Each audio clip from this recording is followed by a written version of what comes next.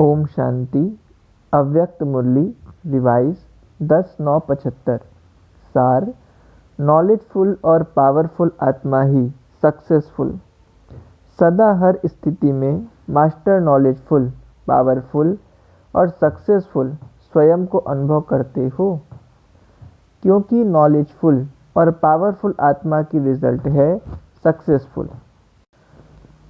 वर्तमान समय इन दोनों सब्जेक्ट्स याद अर्थात पावरफुल और ज्ञान अर्थात नॉलेज, इन दोनों सब्जेक्ट्स का ऑब्जेक्ट उद्देश्य है सक्सेसफुल। इसी को ही प्रत्यक्ष फल कहा जाता है। इस समय का प्रत्यक्ष फल आपके भविष्य फल को प्रख्यात करेगा। ऐसे नहीं कि भविष्य फल के आधार पर आपके प्रत्यक्ष फल को अनुभव करने से वंचित रह जाओ। ऐसे कभी भी संकल्प नहीं करना कि वर्तमान में कुछ दिखाई नहीं देता है, वह अनुभव नहीं होता है, वह प्राप्ति नहीं होती है। यह पढ़ाई तो है ही भविष्य की। भविष्य मेरा बहुत उज्जवल है, अभी मैं गुप्त हूँ, अंत में प्रख्यात हो जाऊँगा। लेकिन भविष्य की झलक, भविष्य की प्रारब्ध व अंतिम समय पर प्रसिद्ध होने वाली आत्मा की चमक अब से सर्व को अनुभव होनी चाहिए। इसलिए पहले प्रत्यक्ष फल और साथ में भविष्य फल। प्रत्यक्ष फल नहीं तो भविष्य फल भी नहीं। स्वयं को स्वयं प्रत्यक्ष नहीं करे, लेकिन उनका संपर्क, स्नेह और सहयोग ऐसी आत्मा को स्वतः ही प्रसिद्ध कर देते हैं।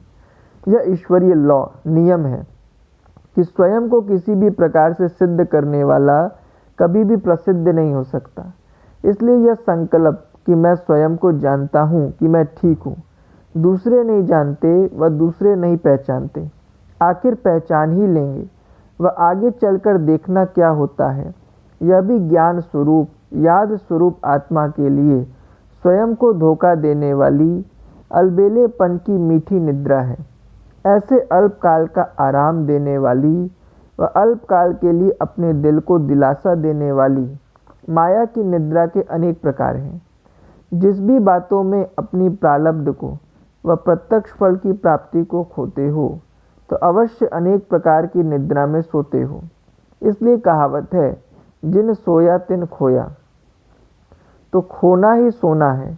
ऐसे कभी भी समय पर सफलता पा नहीं सकते, अर्थात सक्सेसफुल नहीं बन सकते। सारे कल्प के अंदर सिर्फ इस संगम युग को ड्रामा प्लान अनुसार वरदान है। कौन सा संगम युग को कौन सा वरदान है? प्रत्यक्ष फल का वरदान सिर्फ संगम युग को है। अभी अभी देना, अभी अभी मिलना। पहले देखते हो फिर करते हो, पक्के सौदागर हो। संगम युग की विशेषता है कि इस युग में ही बाप भी प्रत्यक्ष होते हैं, ऊंच से ऊंच ब्राह्मण भी प्रत्यक्ष होते हैं। आप सबके 84 जन्मों की कहानी भी प्रत्यक्ष होती है। श्रेष्ठ नॉलेज भी प्रत्यक्ष होती है। इस कारण ही प्रत्यक्ष फल मिलता है। प्रत्यक्ष फल का अनुभव कर रहे हो। प्रत्यक्ष फल प्राप्त होते समय भविष्य फल को सोचते रहें। ऐसी आत्मा को कौन सी आत्मा कहेंगे? ऐसी आत्मा को मास्टर नॉलेजफुल कहेंगे या यह भी एक अज्ञान है? किसी भी प्रकार का अज्ञान, उसको अज्ञान नींद कहते हैं। अपने आप को चेक करो कि किसी भी प्रकार के अज्ञान नींद में सोए हुए तो नहीं हो। सदा जागती ज्योति बने हो। जागने की निशानी है जागना अर्थात पाना। तो सर्व प्राप्ति करने वाले सदा जागती ज्योति हो। सदा जागती ज्योति बनने के लिए मुख्य कौन सी धारणा है जानते हो? जो साकार बाप में विशेष थी वह बताओ। साकार बाप की विशेष धारणा क्या थी? जागती ज्योति बनने के लिए मुख्य धारणा चाहिए अथक बनने की। जब थकावट होती है तो नींद आती है। साकार बाप ने अथकपन की विशेषता सदा अनुभव की। ऐसे फॉलो फादर करने वाले सदा जागती ज्योत बनते हैं। यह भी चेक करो कि चलते चलते कोई भी प्रकार की थकावट अज्ञान की नींद में सुला तो नहीं देती। इसलिए कल्प पहले की यादगार में भी निद्रा जीत बनने का विशेष गुण गाया हुआ है। अनेक प्रकार की निद्रा से निद्रा जीत बनो। यह भी लिस्ट निकालना कि किस किस प्रकार की निद्रा जीत बनने नहीं देती। जैसे निद्रा में जाने से पहले निद्रा की निशानियां दिखाई देती हैं, उस नींद की निशानी है उबासी और अज्ञान नींद की निशानी है उदासी।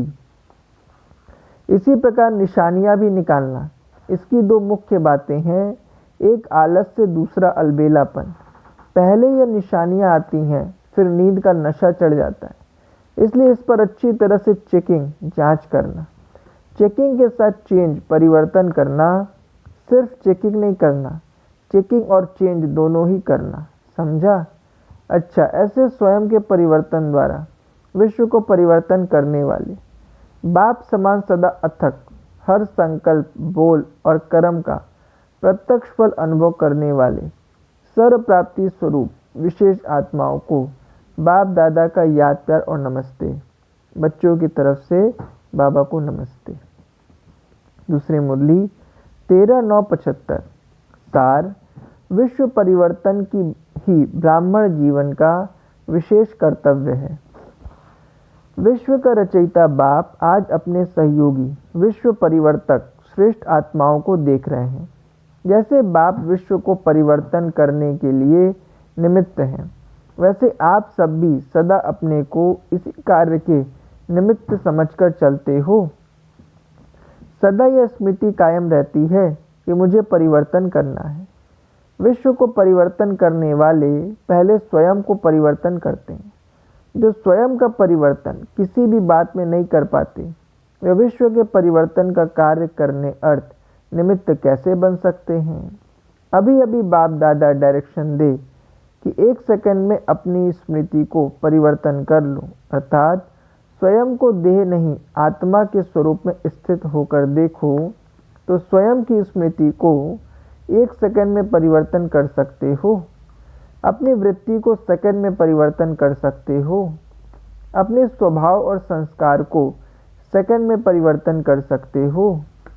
अपनी आत्मा के किसी भी संपर्क को सेकंड में परिवर्तन कर सकते हो। अपने सेकंड के संकल्प को सेकंड में व्यर्थ से समर्थ में परिवर्तन कर सकते हो। अपने पुरुषार्थ की रफ्तार को सेकंड में साधारण से तीव्र कर सकते हो। स्वयं को सेकंड में साकार वतन से पार निराकारी परम धाम के निवासी बना सकते हो। इसको कहा जाता है परिवर्तन शक्ति। संगम युग पर विशेष खेल ही परिवर्तन का है। जैसे और शक्तियाँ स्वयं में चेक करते हो, वैसे परिवर्तन करने की शक्ति इन सब बातों में कहाँ तक आई है, यह चेक करते हो। पुरुषार्थ में विघ्न रूप परिवर्तन के शक्ति की कमी है। स्वयं सर्व प्राप्ति का आधार परिवर्तन शक्ति है।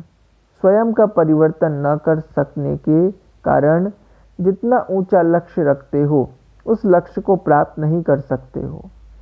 परिवर्तन करने की शक्ति न होने के कारण चाहते हुए भी, साधन अपनाते हुए भी, संग करते हुए भी, यथाशक्ति नियमों पर चलते हुए भी और स्वयं को ब्राह्मण कहलाते हुए भी अपने आप से संतुष्ट नहीं। एक परिवर्तन करने की शक्ति सर्वशक्तिमान बाप और सर्वश्रेष्ठ आत्माओं के समीप जाने का साधन बन जाती है। परिवर्तन शक्ति नहीं तो सदैव हर प्राप्ति से वंचित अपने को किनारे पर खड़ा हुआ अनुभव करेंगे। सब बातों में दूर दूर देखने और सुनने वाला अपने को अनुभव करेंगे।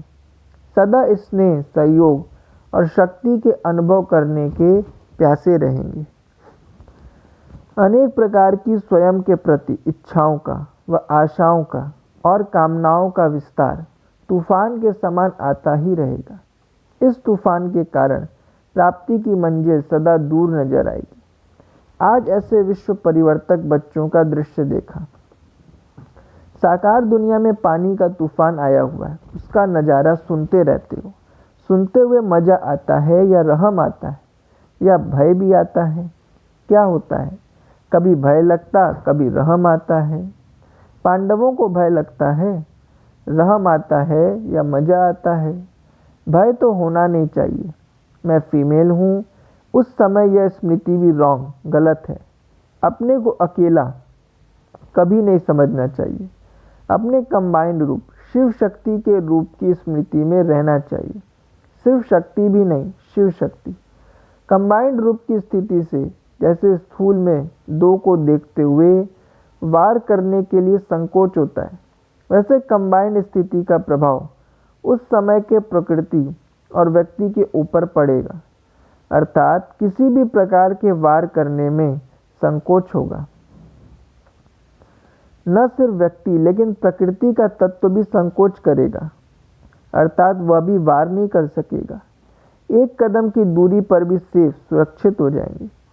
शस्त्र होते हुए भी, शस्त्र शक्तिवान होते हुए भी निर्बल हो जाएंगे। लेकिन उस सेकंड परिवर्तन करने की शक्ति प्रयोग करो कि मैं अकेली नहीं, मैं फीमेल नहीं, मैं शिव शक्ति हूँ और कंबाइंड हूँ।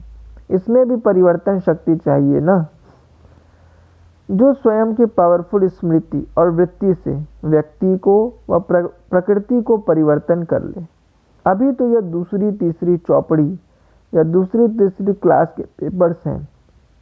फाइनल अंतिम पेपर की रूपरेखा तो इससे कई गुना भयानक रूप की होगी। फिर क्या करेंगे? कईयों का संकल्प चलता है, कौन सा? कई स्नेह और हुज्जत में कहते हैं कि इस दृश्य के पहले ही हमको बुलाना, हम भी वतन से देखेंगे।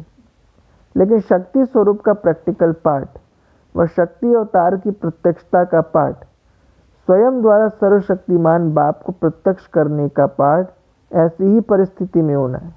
इसलिए ऐसे नज़ारों को, अकाले मृत्यु के नगाड़ों को देखने और सुनने के लिए परिवर्तन की शक्ति को बढ़ाओ। 1 सेकंड में परिवर्तन करो, क्योंकि खेल ही 1 सेकंड के आधार पर है।